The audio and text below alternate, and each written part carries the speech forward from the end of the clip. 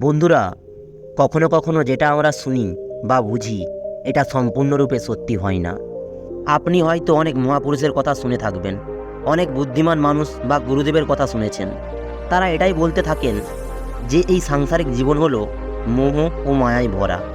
আমাদের সম্পর্ক, আমাদের ধন সম্পত্তি, আমাদের ইচ্ছা, এই সমস্ত কিছু হলো শুধুমাত্র একটি মায়াজাল। জীবনের আসল লক্ষ্য হলো তো মুক্তি পাওয়া। আমাদের আধ্যাত্মিক জীবনের দিকে এগিয়ে যাওয়া উচিত। যে সমস্ত লোকেরা এই সংসার জীবনে ভেসে আছে তাদের জীবন কি সম্পূর্ণভাবে ব্যর্থ? কাউকে নিজের মা বাবার জন্য অর্থ উপার্জন করতে হয়, কেউ নিজের পরিবারকে সুখী দেখতে চায়, কেউ আবার বাচ্চার চিন্তায় দুঃখী, আবার কেউ নিজের জন্য কিছু করতে চায়, নিজের নাম ও পরিচয় গড়ে তুলতে চায়, কেউ আবার ভালোবাসার মানুষকে পেতে চায়, কেউ অনেক বড় ব্যক্তি হতে চায়, আবার কেউ এই দুনিয়ায় রাজ করতে চায়, আবার কেউ সাধারণ জীবনযাপন করতে চায়। ঠিক এমনই আমাদের মধ্যে নানা ধরনের চিন্তা ও বিচার আসে। আমরা সবাই নিজেদের জীবনে কিছু না তো কিছু চাই। এক নগরে ধর্মরাজ নামের এক ব্যক্তি ছিল। তিনি একজন ব্যবসায়ী ছিলেন। তার একটি দোকান ছিল, কিন্তু নিজের ব্যবসার ক্ষতি হওয়ার কারণে তিনি বরবাদ হয়ে যান। তার কাছে এখন আর কিছুই বেঁচে থাকেন না। এখন তার কাছে শুধুমাত্র 5টি স্বর্ণমুদ্রা বেঁচে থাকে। তাই তিনি ভাবেন, যদি আমি এই নগরেই থাকি তাহলে আমার আর কিছুই হবে না, আমাকে অন্য কোনো নগরে যেতে হবে। এটা ভেবে তিনি নিজের 5টি স্বর্ণমুদ্রা নিয়ে ঘর থেকে বেরিয়ে যান। এরপর যখন তিনি অন্য নগরে যাচ্ছিলেন, তখন রাস্তায় তার একজন মহাত্মার সঙ্গে দেখা হয়। ওই মহাত্মা ছিলেন খুবই জ্ঞানী, তার জ্ঞানের চর্চা চারিদিকে ছড়িয়েছিল। এরপর ব্যবসায়ী এই মহাত্মার কাছে যান এবং বলেন, হে মহাত্মা, আপনি কোথায় যাচ্ছেন? ওই মহাত্মা বলেন, আমি এখানেই পাশের একটি নগরে যাচ্ছি। তখন ওই ব্যবসায়ী ভাবে যে ভালোই হলো, চলতে চলতে একসঙ্গে কেটে যাবে। এরপর মহাত্মা ওই ব্যবসায়ীকে বলেন যে, হে পুত্র, তুমি কোথায় যাচ্ছ? তখন ওই ব্যবসায়ী বলে যে, হে মহারাজ, আমি পাশের নগরে ব্যবসা করার জন্য যাচ্ছি। এরপর ওই যুবক ব্যবসায়ী মহাত্মাকে সমস্ত কথা খুলে বলে যে কীভাবে তার ব্যবসা সম্পূর্ণভাবে ভেঙেছে। এরপর ধর্মরাজ ওই মহাত্মার সঙ্গে চলতে শুরু করে। একটু দূরে যাওয়ার পর তার খুবই শান্ত বলে মনে হয়, কারণ ওই মহাত্মা নিজের রাস্তায় চুপচাপ চলতেছিলেন। তখন ওই ব্যবসায়ী যুবক বলে যে, হে মহারাজ, আপনি এত চুপচাপ চলছেন কেন? এতে তো আমাদের রাস্তা অনেক দীর্ঘ বলে মনে হবে। আপনি আমাকে এমন কোনো কাহিনী বলুন যাতে এই পথ আমাদের তাড়াতাড়ি খুব শেষ হয়ে যায় আর আমার মনও শান্তি পেয়ে যায়। এরপর মহাত্মা বলেন, হে পুত্র, আমি কাহিনী তো শুনিয়ে দেব, কিন্তু আমার কাহিনী শুনতে হলে অর্থ লাগে। আমি একটি কাহিনী শোনানোর জন্য একটি স্বর্ণমুদ্রা নেই। ওই মহাত্মার কথা শুনে যুবক ভাবে যে আমার কাছে শুধুমাত্র 5টি স্বর্ণমুদ্রা আছে, যার মধ্যে একটি স্বর্ণমুদ্রা দিয়ে কাহিনী শোনাটা কি বুদ্ধিমানের কাজ হবে? কিন্তু ইনি খুব জ্ঞানী, হতে পারে এনার কাহিনী শুনে আমি অনেক ধন উপার্জন করার পদ্ধতি শিখে যাব। এরপর একটু চিন্তা ভাবনা করে একটি স্বর্ণমুদ্রা বার করে সে ওই মহাত্মাকে দিয়ে দেয়। এরপর সে বলে, এই নিন মহারাজ, কিন্তু আমার আপনার কাছে একটি প্রার্থনা আছে, আপনি যে কাহিনী শোনাবেন সেটা যেন সত্যি হয়। তখন ওই মহাত্মা বলেন, ঠিক আছে পুত্র। এরপর মহাত্মা বলেন, যে কাজই হোক না কেন, যেমন কাজই হোক না কেন, আর যতদিনের জন্যই হোক না কেন, ওই কাজ তুমি সঙ্গে সঙ্গে করা শুরু করে দেবে। মহাত্মার এই কথা শুনে ধর্মরাজ বলে, আমি আপনার এই কথা অবশ্যই মেনে চলব, এখন আপনি কাহিনী শোনান। তখন মহাত্মা বলে যে কাহিনী তো শেষ হয়ে গেছে। তখন যুবক বলে, এটা কেমন কাহিনী ছিল? আপনি যে কথাটি বললেন সেটা তো একটা উপদেশ ছিল। তখন মহাত্মা বলেন যে, পুত্র, যদি তুমি আমার এই উপদেশটা মনে রাখো তাহলে তুমি সবসময় লাভবান হবে। এরপর মহাত্মা বলেন, চলো ঠিক আছে, আমি তোমাকে অন্য একটি কাহিনী শোনাচ্ছি, তুমি আরও একটি স্বর্ণমুদ্রা বার করো। একটু ভাবনা চিন্তা করে ধর্মরাজ আর একটি স্বর্ণমুদ্রা দিয়ে দেয় এবং বলেন, কাহিনী শোনান। তখন মহাত্মা বলতে শুরু করেন যে, হে পুত্র, কখনো অন্য কারো জিনিসকে ছলকপটের মাধ্যমে নিজের করে নেবে না। অন্যের যে কোনো জিনিসকে মাটির বরাবর ভাববে, নিজের নিয়তি কখনোই খারাপ করবে না। এটা শুনে ওই যুবক বলে, হে মহারাজ, এরপর? তখন মহাত্মা বলেন, এরপর আবার কি, কাহিনী তো শেষ। তখন ওই যুবক বলে যে, হে মহারাজ, আপনি তো এবারও শুধুমাত্র একটি উপদেশ দিলেন। তখন ওই মহাত্মা বলেন, হে পুত্র, আমার উপদেশগুলো খুবই দামি। এরপর যুবক কিছু একটা ভাবনা চিন্তা করে বলে যে, হে মহারাজ, এই নিন 3য় মুদ্রা এবং আমাকে আরও একটি উপদেশ শোনান। তখন মহাত্মা খুবই খুশি হন এবং বলেন যে, হে পুত্র, জীবনে কখনোই ভুল করে কারো রহস্য অন্য কাউকে বলবে না। এরপর ওই যুবক বলে যে, হে মহারাজ, এই নিন, আমার কাছে 2টি স্বর্ণমুদ্রা বেঁচে আছে, এর বদলে আমাকে আরও 2টি উপদেশ দিয়ে দিন। এরপর এই মহাত্মা চতুর্থ উপদেশ দেন, তুমি যদি কোথাও যতই গুরুত্বপূর্ণ কাজে যাও না কেন, কিন্তু তোমাকে কেউ যদি রাস্তায় দেখে ভালোবেসে বসার জন্য বলে, তাহলে তার কথা অবশ্যই ধ্যান দিয়ে শুনবে, এড়িয়ে যাবে না, তাতে তোমার যতই ক্ষতি হোক না কেন। আর পঞ্চম উপদেশ হলো, দুরাচার স্ত্রীকে জীবনে কখনোই বিশ্বাস করবে না, কারণ তার মন ও মস্তিষ্কের কখনোই ঠিকানা থাকে না। এই সমস্ত কথাবার্তা বলতে বলতে তারা অনেক দূর পর্যন্ত পৌঁছে যায়। আর মহাত্মা বলেন, আচ্ছা পুত্র, এখন এবার আমার ও তোমার রাস্তা আলাদা। এখন আমি আমার রাস্তা দিয়ে এগিয়ে যাচ্ছি, আর তুমি তোমার রাস্তা দিয়ে যাও। আর আমার বলার এই 5টি উপদেশ কখনোই ভুলবে না। তখন ধর্মরাজ তাকে বলে, হে মহারাজ, আমি আপনার বলাই 5টি উপদেশ সারা জীবন মনে রাখব।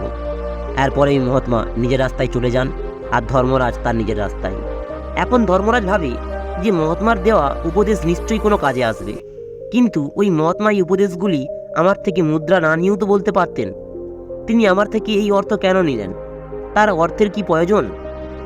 এরপর সে বলে, ঠিক আছে, পরে আমি এই ব্যাপারে জিজ্ঞেস করে নেব। এরপর চলতে চলতে সে একটি নগরের মধ্যে পৌঁছায়। এখন তার কাছে কোনো আর ধন ছিল না, এই জন্য সে কোনো ব্যবসাও করতে পারবে না। এখন সে একটি কাজের চাহিদায় লোকেদের জিজ্ঞেস করতে থাকে, আর সেখানেই তার রাজেশ নামের এক ব্যক্তির সঙ্গে দেখা হয়। সে ধর্মরাজকে বলে যে আমি রাজার এখানে কাজ করি, আমার কাজ হলো দেখাশোনা করা, কিন্তু আমার মা খুবই অসুস্থ, এজন্য আমার 15 দিনের ছুটি চাই, যাতে করে আমি আমার মায়ের কাছে যেতে পারি। যদি তুমি আমার জায়গায় 15 দিনের কাজ করতে রাজি থাকো, তাহলে চলো আমার সঙ্গে। রাজেশের কথা শুনে ধর্মরাজ তৈরি হয়ে যায়। রাজার একটি খুবই সুন্দরী মেয়ে ছিল, রাজা তাকে অনেক বেশি ভালোবাসতেন।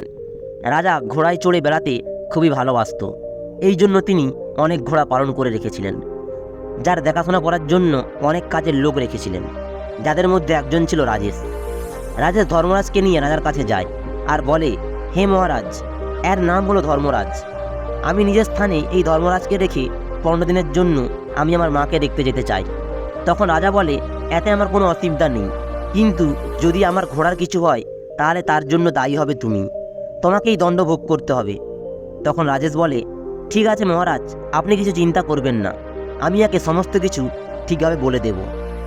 এরপর রাজেশ ধর্মরাজকে আস্তাবলে নিয়ে যায় আর তার কাজ বুঝিয়ে দেয়। এরপর ধর্মরাজ ভালোভাবে দেখাশোনা করতে থাকে, আর রাজেশ নিজের মায়ের সঙ্গে দেখা করার জন্য গ্রামে চলে যায়। রাজা ঘোড়াদের খাওয়ানোর জন্য প্রত্যেক কর্মচারীকে 20 ছোলা দিতেন। এরপর তারা ওই আস্তাবলে সেইগুলোকে জলে ভিজিয়ে দেয়, এরপর সেগুলোকে পেশাই করে ঘোড়াদের খাইয়ে দেয়। এখন ধর্মরাজ নিজের কাজ করার শেষে সে ভাবে যে বাকি কর্মচারীদের সঙ্গে একটু মজা করা যাক। এটা ভেবে সে একটি অনেক বড় ঘরের মধ্যে যায়, যেখানে বাকি অন্যান্য কর্মচারীরা বসেছিল আর মজা করছিল। ধর্মরাজ দেখে যে তারা সবাই মদ্যপান করছে। তখন ধর্মরাজ তাদেরকে বলে যে তোমরা সবাই তোমাদের কাজ সম্পূর্ণ করোনি, আর এখন নেশা করতে শুরু করে দিয়েছো। তখন অন্যান্য কর্মচারীরা বলে, আর না ভাই, কাজ সম্পূর্ণ না করে নেশা করার এত বড় ক্ষমতা আমাদের নেই, আমরা সবাই ঘোড়াদের খাবার দিয়ে দিয়েছি। তখন ধর্মরাজ দেখে যে সেখানে অনেক ছোলা পেশাই করতে বাকি আছে। তখন ওই বাকি কর্মচারীরা বলে যে হে ভাই, এই ছোলা ঘোড়াদের খাওয়ার জন্য নয়, আমরা প্রতিদিন 20 ছোলা পাই, যার মধ্যে আমরা 10 ছোলা ঘোড়াদের খাইয়ে দিই, আর বাকি 10 ছোলা বাজারে বিক্রি করে নেশার জিনিসপত্র কিনি। তাদের এই কথা শুনে ধর্মরাজ খুবই আশ্চর্য হয়ে পড়ে। সে বলে, আর এটা মহারাজের সঙ্গে তো ধোঁকা করা হচ্ছে, বেইমানি করা হচ্ছে। তখন অন্যান্য কর্মচারীরা বলে, আরে ভাই, পেট ভরার জন্য এটা তো আমাদেরকে করতেই হয়। আর হ্যাঁ, আমাদের একটা কথা ধ্যান রাখবে, তিনি যেন এই সমস্ত ব্যাপার জানতে না পারে, না হলে তোমার জীবন সংশয় হতে পারে। ধর্মরাজ এই কথা শুনে চুপচাপ নিজের ঘরে চলে যায় আর নিজের বিছানার মধ্যে শুয়ে পড়ে। তার মনের মধ্যে বিভিন্ন প্রকারের বিচার আসতে শুরু করে, আর ভাবতে থাকে যে তারা ঠিকই বলেছে, আমিও কাল থেকে এইভাবে কাজ করব আর অনেক পয়সা রোজগার করব। এরপর নিজের কোনো একটা ব্যবসা শুরু করে নেব। কিন্তু ঠিক তখনই তার ওই মহাত্মার দ্বিতীয় উপদেশটির কথা মনে পড়ে যে, হে পুত্র, অন্য কারোর উপর ছলকপট করে নিজের অধিকার জমাবে না, অন্যের যে কোনো বস্তুকে মাটির বরাবর ভাববে, তার উপর নিজের নিয়তি কখনোই খারাপ করবে না। এটা ভেবে সে মনে মনে বলে যে না, আমি এমনটা কখনোই করব না। পরের দিন থেকে ধর্মরাজ নিজের কাজ ইমানদারের সঙ্গে করতে থাকে। সে ভালোভাবে দেখাশোনা করার ফলে তার ঘোড়া 1 মাসের মধ্যেই আস্তাবলের সব থেকে সুন্দর, সুস্থ ও ক্ষমতাবান ঘোড়া হয়ে ওঠে। এরপর দরবারে রাজা নিজের মন থেকে বলেন, হে মন্ত্রী, অনেক দিন হয়ে গিয়েছে, আমি নিজের ঘোড়াদেরকে অনেক দিন দেখিনি। আপনি সমস্ত কর্মচারীদেরকে বলে দিন তারা যেন তাদের সমস্ত ঘোড়াকে নিয়ে ময়দানে চলে আসে। আমি কাল সমস্ত ঘোড়াদেরকে দেখতে চাই। পরের দিন সকালে ধর্মরাজ ও তার সাথীরা নিজেদের সমস্ত ঘোড়াকে চান করিয়ে পরিষ্কার পরিচ্ছন্ন করে ময়দানে চলে আসে। এরপর মহারাজ সমস্ত ঘোড়াদেরকে নিরীক্ষণ করতে শুরু করেন। মহারাজ দেখেন তার সমস্ত ঘোড়া অসুস্থ বলে মনে হচ্ছে। এটা দেখে মহারাজ খুবই রাগ হতে থাকে। তিনি মন্ত্রীকে বলেন যে, হে মন্ত্রী, আমার সমস্ত ঘোড়া খুবই স্বাস্থ্যবান ছিল, তাহলে এরা এত অসুস্থ কীভাবে হয়ে পড়লো? তখন মন্ত্রী বলেন, হে মহারাজ, আমার মনে হচ্ছে আমার সমস্ত কর্মচারীরা আমাদের ঘোড়াদেরকে ভালোভাবে দেখাশোনা করেনি। এরপর রাজা যখন আরেকটু এগিয়ে যান, তখন তিনি দেখেন যে ধর্মরাজের ঘোড়া খুবই সুস্থ, সবল ও ক্ষমতাবান। এটা দেখে রাজার চোখের মধ্যে চমক দেখা যায়। তখন তিনি ধর্মরাজকে বলেন যে, তুমি কাল রাজমহলে এসো, তোমার সঙ্গে আমার কিছু কথা আছে। রাজার আদেশ পেয়ে পরের দিন ধর্মরাজ রাজমহলে পৌঁছায়। এরপর রাজা তাকে জিজ্ঞেস করে যে, বাকি সমস্ত কর্মচারীদের ঘোড়া অসুস্থ কেন, যেখানে সবাইকে একই খাবার দেওয়া হয়? তখন একটু ভেবেচিন্তে ধর্মরাজ বলে যে, হে মহারাজ, আমি আর জবাব তখন দিতে পারবো যখন বাকি সমস্ত কর্মচারীরা এখানে উপস্থিত থাকবে। তখন রাজা বলে, ঠিক আছে, সমস্ত কর্মচারীদেরকে এখানে ডাকা হোক। রাজার আদেশে সমস্ত কর্মচারীরা সেখানে পৌঁছে যায়। তখন রাজা বলে, এখন এবার বলো। এরপর ধর্মরাজ বলেন, হে মহারাজ, ব্যাপার এটা হলো যে এই সমস্ত কর্মচারীরা অনেক বেশি বেঈমান ও ধোঁকাবাজ। আপনার আদেশ ছিল সমস্ত ঘোড়াদেরকে 20 সের করে ছোলা খাওয়ানো, কিন্তু এই সমস্ত লোকেরা ঘোড়াদেরকে 10 সের করেই ছোলা খাওয়াতো, আর বাকি 10 সের ছোলা বাজারে বিক্রি করে দিত। কিন্তু আমি এমনটা করিনি। আমি আপনার দেওয়া সম্পূর্ণ ছোলা ঘোড়াদেরকে খাইয়েছি। এই জন্য আমার ঘোড়া সুস্থ, সবল ও ক্ষমতাবান। ধর্মরাজের এই কথা শুনে মহারাজ খুবই রাগান্বিত হয়ে যান। তখন তিনি বাকি সমস্ত কর্মচারীদেরকে চেঁচিয়ে বলেন, ধোঁকাবাজের দল, এটা কি সত্যি? জবাব দাও, নইলে আমি তোমার এক্ষুনি মাথা থেকে গলা নামিয়ে নেব। রাজার এই ক্রোধ দেখে সমস্ত কর্মচারীরা কাঁপতে শুরু করে আর বলে, ক্ষমা করুন মহারাজ, ক্ষমা করুন, আমাদের ভুল হয়ে গিয়েছে। আমরা কথা দিচ্ছি যে এমন ভুল আর কখনো হবে না। তখন ধর্মরাজ বলে, হে মহারাজ, আমি আপনাকে এটাই বলতে চাই যে এইবার আপনি এদেরকে ক্ষমা করে দিন। ধর্মরাজের কথায় মহারাজ তাদের সবাইকে ক্ষমা করে দেন এবং ধর্মরাজকে বলেন যে, আজ থেকে আমি তোমাকে আস্তাবলের মুখ্য নিরীক্ষণ বানাচ্ছি। আজ থেকে তোমার কাজ হবে এদের সমস্ত কীর্তিকলাপকে দেখাশোনা করা, যার পারিশ্রমিক হিসেবে তুমি 500 স্বর্ণমুদ্রা পাবে। এর সঙ্গে সঙ্গে তুমি খাবার ও থাকার বাসস্থানও পাবে। যদি এদের মধ্যে কেউ কখনো 1 মুঠো ছোলা অপব্যবহার করে, তাহলে তার সূচনা তুমি আমাকে দেবে। রাজা ধর্মরাজকে একটি আংটি দেয় এবং বলে যে, তুমি এই আংটি দেখিয়ে কোনো বাধা ছাড়াই এই রাজমহলে আমার সঙ্গে দেখা করতে আসতে পারবে। এরপর ধর্মরাজের সমস্ত কর্মচারী ওই রাজমহল থেকে বেরিয়ে যায়। তখন ধর্মরাজ তাদের সবাইকে বলে যে, হে ভাই, আমি তো তোমাদের সবাইকে বাঁচিয়ে নিয়েছি, কিন্তু যদি তোমরা পরের বার কোনো গড়বড় করো, তাহলে তোমাদের কঠিন দণ্ড ভোগ করতে হবে। তখন এটা শুনে সমস্ত কর্মচারী বলে, না সর্দার, এখন আর কোনো গড়বড় হবে না। ওই দিনের পর থেকেই কখনোই ওই কর্মচারীরা বেইমানি করে না। এর পরিণামস্বরূপ ওই সমস্ত ঘোড়া তাড়াতাড়ি সুস্থ ও ক্ষমতাবান হয়ে ওঠে। এটা দেখে রাজা খুব খুশি হয়ে ওঠে। এবার কয়েকদিন পর রাজেশ নিজের গ্রাম থেকে ফিরে আসে। সে যখন ওই ঘোড়াগুলিকে দেখে, তখন সে অবাক হয়ে ওঠে, কারণ সমস্ত ঘোড়ারা খুবই সুস্থ, সবল ও ক্ষমতাবান হয়ে উঠেছিল। তখন বাকি ওই সমস্ত কর্মচারীরা রাজেশকে ঘিরে ফেলে এবং তাকে সমস্ত কাহিনী খুলে বলে যে কীভাবে ধর্মরাজ আমাদের বেইমানি ধরে ফেলে আর নিজে এই আস্তাবলের কীভাবে মুখ্য নিরীক্ষণ হয়ে ওঠে। তাদের কথা শুনে রাজেশ বলে, এখন আমি চলে এসেছি, তোমাদের আর চিন্তা করতে হবে না। এরপর রাজেশ নিজের কক্ষে চলে যায়। সে দেখে তার কক্ষ খুবই পরিষ্কার পরিচ্ছন্ন হয়েছে। এরপর ধর্মরাজ তাকে দেখে খুবই খুশি হয়ে ওঠে এবং তাকে বলে, রাজেশ ভাই, তুমি কখন এলে? তখন রাজেশ বলে, আমি কিছুক্ষণ হলাম এসেছি। এরপর তারা নিজেরা দুজনের মধ্যে কথা বলতে থাকে। ধর্মরাজ আস্তাবলের সমস্ত ঘটনা রাজেশকে খুলে বলে, যেটা রাজেশ আগে থেকেই জেনে ফেলেছিল। এরপর তারা দুজনে মিলে খাবার খায় আর নিজের নিজের বিছানায় শুয়ে পড়ে। রাজেশের ঘুম আসে না, বাইরে বিদ্যুৎ চমকাতে থাকে, আর এই দিকে রাজকুমারীরও ঘুম আসে না। তিনিও নিজের কক্ষে এদিকে ওদিকে ঘোরাফেরা করতে থাকেন। এরপর তিনি নিজের ঘর থেকে একটি গুপ্ত রাস্তা দিয়ে বেরিয়ে আসতে থাকে। এদিকে এত বেশি বিদ্যুৎ চমকানোর আওয়াজের কারণেও ধর্মরাজেরও ঘুম ভেঙে যায়। সে একটু খোলা বাতাস পাওয়ার জন্য বাইরে বেরিয়ে আসে। ঠিক তখনই এখানে একটি কাঠের তক্তা সরাতে রাজকুমারী সেখান থেকে বেরিয়ে আসে। আসলে এটা ছিল ওই গুপ্ত দরজার দ্বিতীয় রাস্তা, যেটা রাজকুমারীর কক্ষ থেকে শুরু হয়ে রাজেশের কক্ষে শেষ হয়ে যেত। রাজকুমারী সেখান থেকে যখন বের হয় তখন তিনি দেখেন যে ওই কক্ষে রাজেশ একাই শুয়ে আছে। তিনি রাজেশকে ওঠাতে থাকেন। তখন সে তাকে দেখে অবাক হয়ে যায়। এরপর সে তাকে বলে, হে রাজকুমারী, আপনি এখানে কেন এসেছেন? তাড়াতাড়ি ফিরে যান, এখানে ধর্মরাজ আছে। তখন রাজেশ দেখে যে ধর্মরাজ এই কক্ষের মধ্যে নেই। তখন রাজকুমারী বলেন, কে ধর্মরাজ?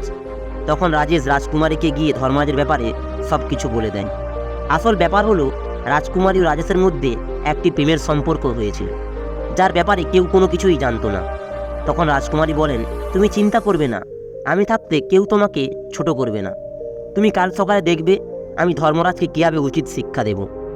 এদিকে যখন ধর্মরাজ নিজের কক্ষের দিকে এগিয়ে যায় তখন ওই কক্ষের ভিতর থেকে কথাবার্তার আওয়াজ আসতে থাকে। ওই আওয়াজ শুনে সে অবাক হয়ে যায় আর নিজের কক্ষের বাইরে দাঁড়িয়ে ভাবতে থাকে যে এত রাত্রে রাজেশ কোন স্ত্রীর সাথে কথা বলছে। এরপর যখন সে দরজা দিয়ে উঁকি মেরে দেখে তখন সে রাজকুমারকে দেখে অবাক হয়ে যায়। এরপর সে ভাবতে থাকে, হে ভগবান, এটা আমি কি দেখছি? এত রাত্রে রাজকুমারী রাজেশের সাথে কি করছে? আমাকে এক্ষুনি মহারাজের কাছে গিয়ে এই খবর দেওয়া উচিত। এই রাজেশ তো মহারাজের মান সম্মান মাটিতে মিশিয়ে দেবে। ঠিক তখনই ধর্মরাজের ওই মহাত্মার বলা কথা কানে ভেসে ওঠে যে কারোর রহস্য অন্য কাউকে বলা উচিত নয়, না হলে নিজেই সমস্যায় পড়ে যাবে। এটা ভেবে রাজকুমারী যাওয়া পর্যন্ত কক্ষের বাইরেই অপেক্ষা করতে থাকে। রাজেশ রাজকুমারীকে বলে, এ ধর্মরাজ যে কোনো সময় চলে আসতে পারে, তুমি নিজের মহলে ফিরে যাও। এরপর রাজকুমারী ওই গুপ্ত রাস্তা দিয়ে আবার নিজের মহলে ফিরে যায়। এরপর রাজেশ আবার চুপচাপে নিজের বিছানায় শুয়ে পড়ে। ধর্মরাজ অনেকক্ষণ অপেক্ষা করার পর দেখে যে রাজকুমারী ওই কক্ষ থেকে বেরিয়ে হচ্ছে না, আর ওই কক্ষ থেকে কোনো আওয়াজও আসছে না। তাই সে জানলা দিয়ে দেখে, কিন্তু তিনি ঘরের মধ্যে ছিলেন না। কিছু একটা ভাবনা চিন্তা করতে করতে সে ওই দরজা খুলে এবং মনে মনে বলতে থাকে, আশ্চর্যের ব্যাপার, রাজকুমারী কোথায় গেল? এরপর সে চুপচাপ নিজের বিছানায় শুয়ে পড়ে আর ভাবতে থাকে যে হয়তো এই কক্ষে কোনো গুপ্ত রাস্তা আছে, যে রাস্তা দিয়ে রাজকুমারী এই ভিতরে এসেছিলেন, আর সে এই দিক দিয়েই চলে গেছেন। এরপর সে বলেন যে কাল সকালে আমি এটাকে খুঁজে বার করব। অন্যদিকে রাজকুমারী নিজের মহলে পৌঁছে যান। সকাল হওয়ার আগেই তিনি জোরে জোরে চিৎকার করতে থাকেন, বাঁচাও বাঁচাও। রাজকুমারীর এই চিৎকার শুনে রাজা দৌড়ে আসেন এবং জিজ্ঞেস করেন, কি হয়েছে পুত্রী? তখন রাজকুমারী মিথ্যা করে কান্না করে বলে যে, হে পিতা, আপনার আস্তাবলের মুখ্য নিরীক্ষক এক্ষুনি আমার পক্ষে এসেছিল এবং আমার মান সম্মান নষ্ট করার চেষ্টা করেছে, কিন্তু যখনই আমি চিৎকার করা শুরু করলাম সে জানলা দিয়ে পালিয়ে গেল। রাজকুমারীর এই কথা শুনে রাজা খুবই ক্রোধিত হয়ে ওঠেন আর বলেন যে তার এত বড় ক্ষমতা। এরপর রাজকুমারী বলেন, হে পিতা, তাকে কঠোর দণ্ড দিলে হবে না, আমি তার মুন্ডু চাই, না হলে আজ থেকে আমি আর খাবার খাবো না। তখন রাজা বলেন, হে পুত্রী, তোমার ইচ্ছা অবশ্যই পূরণ হবে। তারপর মহারাজ সেখান থেকে চলে যান। এদিকে রাজকুমারী ভাবতে থাকে যে আমার ইচ্ছা তাড়াতাড়ি সম্পূর্ণ হবে, এখন আমার ও রাজেশের মধ্যে থাকা কাঁটা শেষ হয়ে যাবে। এরপর রাজকুমারী নিশ্চিন্তে নিজের কক্ষে আরাম করতে থাকেন। এইদিকে রাজা ভাবেন যে কাল সকাল হলেই ধর্মরাজকে আমি দণ্ড দেব। এরপর সে ভাবেন যে আমি ধর্মরাজকে কেন দণ্ড দিচ্ছি, তাহলে আমি তাদের কি জবাব দেব? যদি আমি সত্যি কথা বলি তাহলে আমার বদনাম হয়ে যাবে। লোকেরা আমার সামনে তো কিছু বলবে না, কিন্তু পিছনে পিছনে তারা আমাকে নিয়ে মজা করবে যে একটি সাধারণ ব্যক্তি রাজার সম্মান নিয়ে খেলা করার চেষ্টা করেছে। এটা ভেবে রাজা চুপচাপ হয়ে যান। এরপর তার মনের মধ্যে একটি পরিকল্পনা আসে, আমি গুপ্তভাবে ধর্মরাজকে হত্যা করিয়ে দিচ্ছি, কেউ জানতেও পারবে না, আর আমার কাজ হয়ে যাবে। তাই সকালে রাজা একটি কসাইয়ের কাছে যায় আর বলে, হে কসাই, তোমাকে আমার একটি কাজ করতে হবে। তখন সে বলে, আদেশ করুন মহারাজ। মহারাজ বলেন যে তোমাকে একটি ব্যক্তির গলা মাথা থেকে আলাদা করে দিতে হবে। এটা শুনে কসাই বলে, না না মহারাজ, আমি এটা করতে পারবো না। কিন্তু তাকে রাজার আদেশে হ্যাঁ করতেই হয়। তখন রাজা বলেন, আমি এক্ষুনি তোমার কাছে এক যুবককে পাঠাবো, তুমি যে কোনো বাহানায় তাকে তোমার কারখানায় নিয়ে গিয়ে মুন্ডু কেটে দেবে। এরপর আমি তোমার কাছে দ্বিতীয় একজন যুবককে পাঠাবো, ওই যুবককে তুমি তার কাটা মুন্ডু দিয়ে পাঠিয়ে দেবে। কসাই বলে, ঠিক আছে মহারাজ। তারপর মহারাজ নিজের মহলে ফিরে আসেন আর ধর্মরাজকে ডেকে বলে যে তুমি এক্ষুনি কসাইয়ের কাছে যাও, সে তোমাকে একটি জিনিস দেবে, সেটা নিয়ে তুমি আমার কাছে চলে এসো। রাজার আদেশ পাওয়া মাত্র ধর্মরাজ ভাবতে থাকে যে কসাইয়ের কাছে আবার কী কাজ থাকতে পারে। এরপর সে ভাবে, আমার আর কি, আমি তো আমার নিজের কাজ করব। এরপর যখনই সে কিছুটা দূরে পৌঁছায় তখন সে রাস্তায় গাছের নিচে কয়েকটি সাধুকে বসে থাকতে দেখে। তারা নিজেদের মধ্যে ধর্ম উপদেশের ব্যাপারে চর্চা করেছিলেন। ধর্মরাজ সেখানে গিয়ে দাঁড়িয়ে পড়ে। ঠিক তখনই এক সাধু বলে, হে পুত্র, ওখানে দাঁড়িয়ে আছো কেন? আমাদের কাছে এসে বসো আর কিছুক্ষণই আনন্দের উপভোগ করো। তখন ধর্মরাজ বলে যে হে গুরুদেব, আমি একটি খুবই গুরুত্বপূর্ণ কাজে যাচ্ছি, এই জন্য দাঁড়াতে পারবো না। কিন্তু এরপর যখনই সে সামনের দিকে পা বাড়ায়, তখনই তার সেই মহাত্মার কথা মাথায় আসে যে, হে পুত্র, তুমি যতই কোনো গুরুত্বপূর্ণ কাজে যাও না কেন, কিন্তু যদি রাস্তায় তোমাকে কেউ কিছু বলে, তাহলে তার কথাকে অবশ্যই শুনবে, তার কথাকে অগ্রাহ্য করবে না, তাতে তোমার যতই ক্ষতি হোক না কেন। এই কথা ভেবে ধর্মরাজ তাদের কাছে এসে বসে যায়, আর তাদের কথা বলা উপদেশগুলিকে সে শুনতে থাকে। এদিকে রাজা ভাবতে থাকেন যে এই ধর্মরাজের মুন্ডু কসাইয়ের কাছ থেকে আনতে কাকে পাঠাবো। ঠিক তখন তার নজর রাজেশের দিকে যায়। তারপরে সঙ্গে সঙ্গে তিনি রাজেশকে ডাকেন আর বলেন যে, তুমি এক্ষুনি কসাইয়ের কক্ষে যাও, আর যে জিনিসটি তোমাকে দেবে সেটি তুমি আমার কাছে নিয়ে এসো। এরপর রাজার আদেশ পেয়ে সে সঙ্গে সঙ্গে কসাইয়ের কাছে পৌঁছে যায়। এদিকে কসাইয়েরও এটা মনে হয় যে এই হলো সেই ব্যক্তি যার মুন্ডু কাটতে মহারাজ আমাকে বলেছেন। এরপর কসাই তাকে চুপি চুপি ভিতরে নিয়ে যায়, আর তাকে বলে যে তোমার পিছনে একটি বাক্স আছে, তার ভিতরে একটা জিনিস রাখা আছে, সেটা তুমি বার করো। এরপর রাজেশ যখনই ওই জিনিসটা কি একটু বার করার জন্য নিচে ঝোঁকে, তখনই কসাই তার গলা থেকে মাথাকে আলাদা করে দেয়, আর ওই মাথাকে কাপড়ে জড়িয়ে রেখে দেয়। তারপর যখন সারদের উপদেশ শেষ হয়, তখন ধর্মরাজ ওই কসাইয়ের কাছে যায় এবং বলে যে মহারাজ আমাকে এখানে একটা জিনিস আনার জন্য পাঠিয়েছেন। তখন কসাই ভাবে যে এই হলো সেই দ্বিতীয় যুবক যার হাতে মহারাজ আমাকে এই কাটা মুন্ডু তুলে দিতে বলেছেন। কসাই কাপড়ে জড়ানো সেই মুন্ডুটি ধর্মরাজের হাতে তুলে দেয়। ধর্মরাজ সেটাকে নিয়ে মহারাজের কাছে পৌঁছায়। যখনই মহারাজ ও রাজকুমারী ধর্মরাজকে দেখেন, তখনই তারা অবাক হয়ে যান। তখন ধর্মরাজ বলেন, হে মহারাজ, আপনি আমাকে এই কসাইয়ের কাছে পাঠিয়েছিলেন, কিন্তু রাস্তাতে আমার একটু দেরি হয়ে গিয়েছিল, এজন্য আসতে আমার একটু সময় লেগে গেল। ধর্মরাজের এই কথা শুনে মহারাজের আর বুঝতে অসুবিধা হয় না যে ধর্মরাজের আগে রাজেশ ওই কসাইয়ের কাছে পৌঁছে গেছে। এরপর রাজা বলেন যে তোমার হাতে কি আছে? তখন ধর্মরাজ বলে, খুলে দেখাচ্ছি মহারাজ। এরপর যখনই সে সেটা খুলে, তখন সে দেখে যে রাজেশের কাটা মুন্ডু কাপড় জড়ানো আছে। এটা দেখে রাজকুমারী জোরে জোরে কাঁদতে শুরু করেন এবং বলতে থাকেন, হে আমার রাজেশ, তুমি আমাকে ছেড়ে কেন চলে গেলে? আমি কি করে জানবো যে আমার চালাকি তোমার জীবন নিয়ে নেবে? এটা শুনে মহারাজ তার পুত্রকে বলেন যে, এটা কি বলছো তুমি? রাজকুমারী বলেন, হে পিতা, আমাকে ক্ষমা করে দিন, এই সমস্ত কিছু আমারই কর্মের ফল। আমি ধর্মরাজকে হত্যা করতে চেয়েছিলাম। তারপর তিনি রাজাকে সমস্ত কথা খুলে বলেন। রাজা খুবই দুঃখ পান। তিনি বুঝতে পারেন এই সমস্ত ষড়যন্ত্র ছিল রাজকুমারীর। সে ধর্মরাজকে শেষ করতে চেয়েছিলেন। এরপর মহারাজ সেই ধর্মরাজকে সারা জীবন নিজের কাছে কাজের জন্য রেখে দেন। তাই বন্ধুরা, এই জন্য কারোর জন্য খারাপ কিছু ভাববেন না, কারণ আপনি যদি কারোর জন্য খারাপ ভাবেন, তাহলে আপনারই প্রথমে খারাপ হবে। আমরা অন্যের খারাপ ভেবেই নিজের কখনোই ভালো করতে পারি না। এই কথাটা কিন্তু আপনি সবসময় মাথায় রাখবেন। তো বন্ধুরা, এই কাহিনীটি আপনাদের কেমন লাগলো তা অবশ্যই কমেন্টের মাধ্যমে জানাবেন। যদি ভালো লেগে থাকে তাহলে অবশ্যই লাইক, শেয়ার ও সাবস্ক্রাইবের মাধ্যমে চ্যানেলটিকে আগে বাড়িয়ে রাখবেন এই ধরনের শিক্ষামূলক ও নীতিকথামূলক ভিডিও পাওয়ার জন্য। ধন্যবাদ।